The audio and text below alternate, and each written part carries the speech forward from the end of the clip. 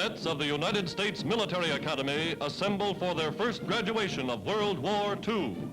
Solemn and impressive is the ceremony as the youngsters receive their commissions. Today, as second lieutenants, they are ordered immediately to their regiments. For the first time in all the 140-year tradition of West Point, cadets go directly into the Air Corps. More than half the class electing to try for their wings.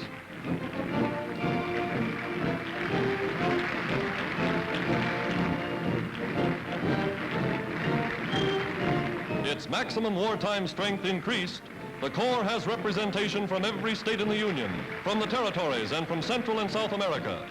Gone is the light-hearted, carefree spirit of peacetime graduation.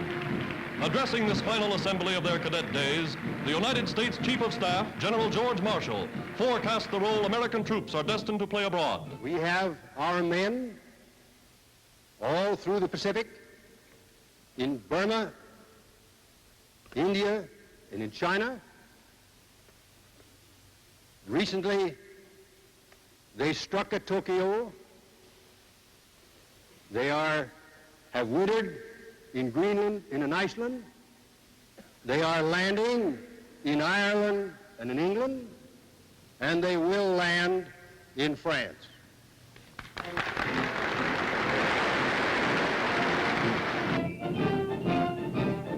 Final regimental parade. Those who remain behind pass in review before the class of 1942, marching in perfect formation, row upon row. The cream of America's young manhood, dedicated to honor and protect those things for which America stands, freedom and democracy.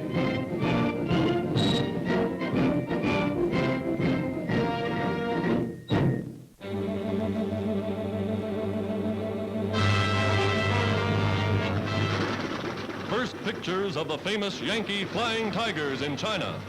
For many months, their bullets held open the Burma Road, beating a deadly tattoo upon the planes of Japan's Air Force. Former Army, Navy, Marine officers, transport pilots, they're the last of the world's soldiers of fortune. Today, they're a part of America's flying forces fighting the Battle of China. Volunteering before the United States entered the war, these amazing young men have astounded the world with their deeds of heroism and daring. Their leader, 50-year-old General Claire Chennault, for 5 years advisor to the Chinese Air Force. His knowledge of Japanese aerial tactics he passed along to his American volunteers. Taking off from airfields literally paved by hand, the Tigers score for their first 90 days of fighting 470 Jap planes for 15 of the volunteers. 50 grinning Tiger Shark planes, wired together with spare parts from 50 more, were all they had to start with. Fighting in teams of 2, they concentrate their firepower. One reason for their amazing success against seemingly impossible odds.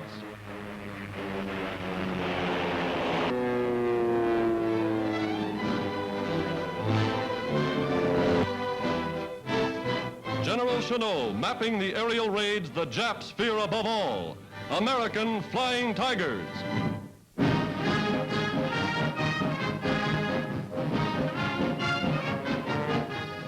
The United States cruiser Houston. Lost in the Battle of Java, her fighting spirit still lives in the hearts of her countrymen.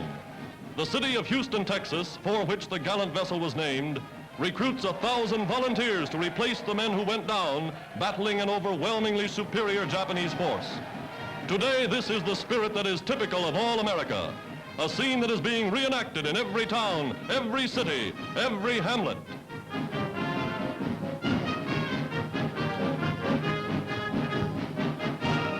Taking the oath of allegiance, their battle cry, remember the Houston, and behind this 1,000, another 1,000, and thousands more to come. Here is America's answer.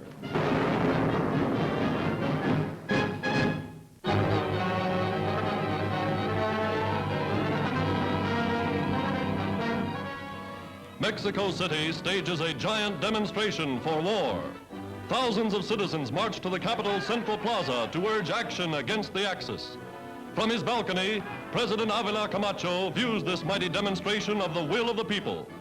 All parties unite as Mexico protests against Axis sinkings of unarmed Mexican ships. Flags of the United Nations wave in the square as survivors of the first torpedoed vessel salute their dead comrades.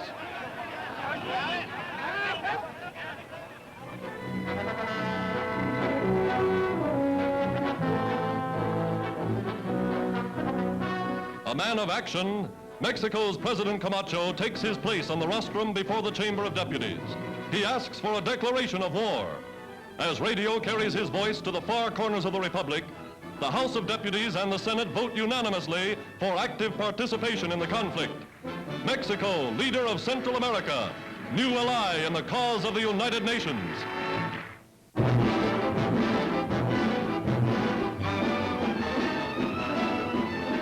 These are British tanks destined for the battlefront in Russia. Light and medium armored destroyers by the trainload, going to reinforce the fighting Soviet army in that death struggle of men and machines on the Eastern Front. Outward bound, they're convoyed by warships, heading for the Arctic Circle. Over 2,000 miles of dangerous waters, traversing the icy route that leads to Russia. Off the bleak northern tip of Norway, as the Arctic night falls, lookouts spot Nazi bombers sneaking in to attack. Pom-poms, anti-aircraft guns blaze into action.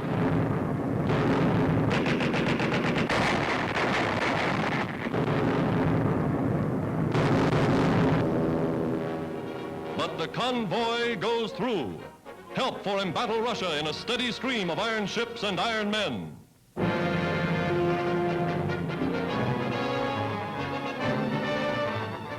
United News cameramen follow the fast-growing U.S. Army Air Corps somewhere in Australia. Powerful flying fortresses going into action as American pilots and bombardiers take off to blast Japanese concentrations pointed at the island continent. Leading the raiding party is Brigadier General Ralph Royce, Chief of U.S. Air Operations in the South Pacific. Inside, the crew relaxes as the squadron approaches its objective.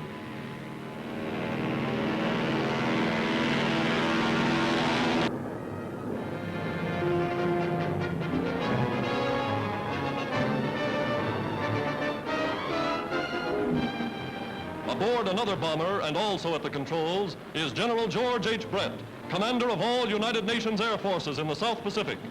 Winging their way over the island stronghold, these flying generals have materially checked the Japanese schedule for invasion. Today in their able hands lies the strategy for Australia's aerial defense. Tomorrow, the offensive.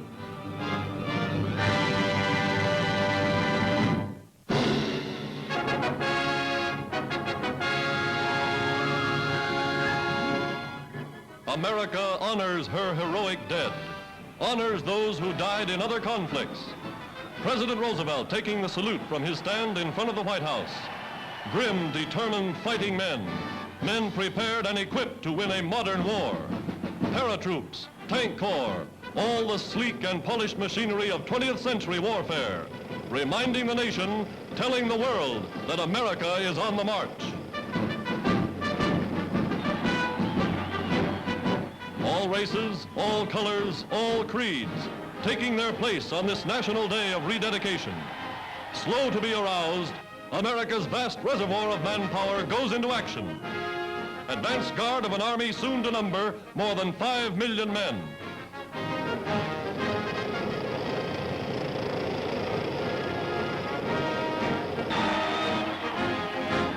In all its 166 years of independence, the United States has never lost a war. Today, America's citizens again take up their arms, a united nation on the march that civilization may endure.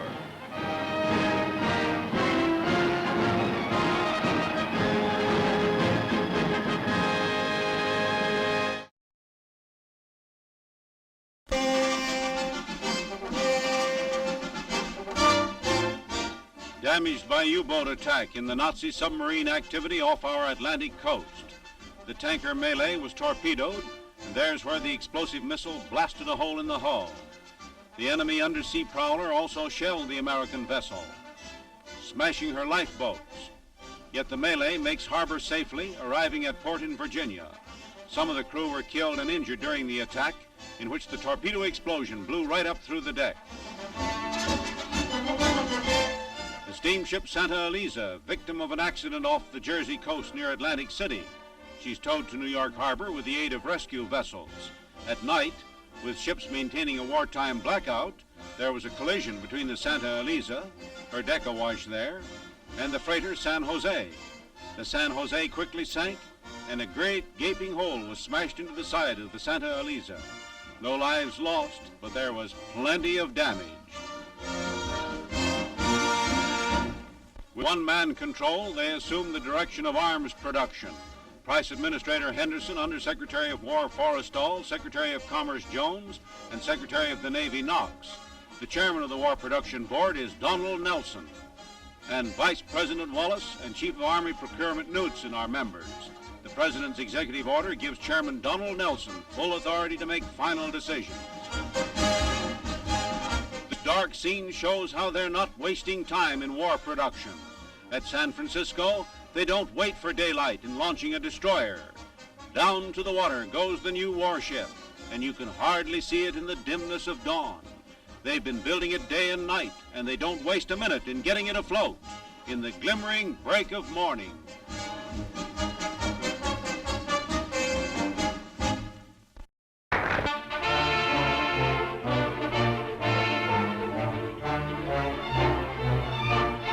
Aboard a warship in pursuit of the Bismarck.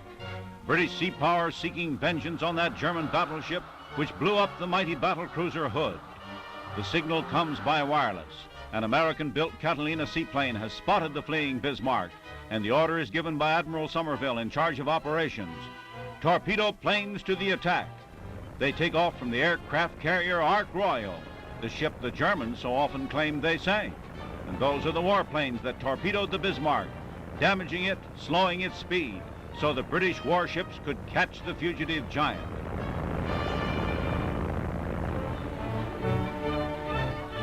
Scenes of the battle. The crippled Bismarck fires. Shells fall near a British warship. Shells from the doomed Nazi battleship continue to burst.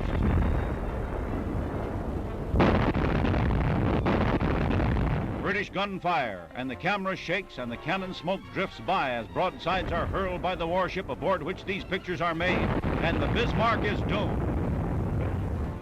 Prisoners, members of the crew of the German battleship, which was finally finished off by a torpedo. 100-odd were saved.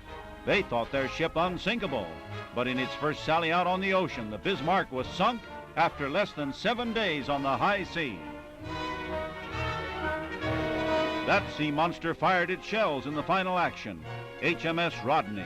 To congratulate comes First Lord of the Admiralty Alexander. The pride and prestige of the British Navy was bound in the destruction of the Bismarck. Vengeance for the sinking of the Hood, world's biggest warship. And the feeling is expressed by the First Lord of the Admiralty. The destruction of the Bismarck, that great and powerful ship, had to be accomplished to be true to the traditions of the British Royal Navy. They played their part in a victory which is proudly marked up along with victories of the past. The greatest pursuit and kill in history.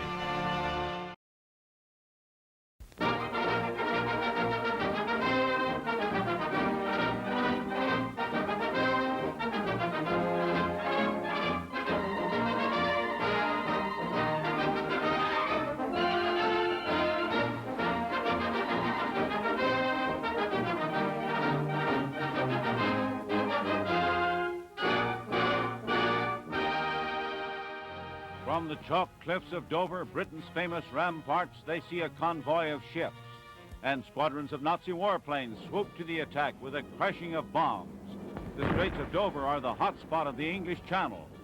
The Royal Air Force goes into swift action, speeding to the attack. British fighting planes engage the enemy in an air battle. Scenes like this are witnessed time and again. Anti-aircraft fire.